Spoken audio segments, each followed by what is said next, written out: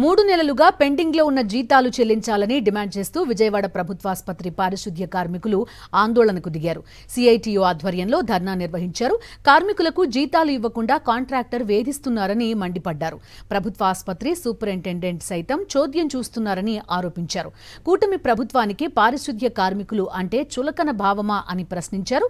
రెక్కాడితే కానీ డొక్కాడని కుటుంబాలను వేధించడం తగదన్నారు. జీతాలు లేకపోతే తమ కుటుంబాలు ఎలా గడుస్తాయని కార్మికులు ప్రశ్నించారు. మీ యొక్క పొగడ్తలతో మీ యొక్క వీటితో వాళ్ళ పొట్ట నిండుతుందా అని చెప్పేసి మేము ప్రశ్నిస్తూ ఉన్నాం. కేవలం వాళ్ళ యొక్క పొట్టకూటి కోసం ఇక్కడికి వచ్చి పనిచేసుకుంటా ఉన్నటువంటి వాళ్ళే ఇక్కడ ఉన్నటువంటి కార్మికులందరూ కూడా ఏ రోజుకి ఆ రోజు పొట్ట వాళ్ళు రెక్కాడితే కానీ డొక్కాడినటువంటి పరిస్థితుల్లో ఉన్నారు.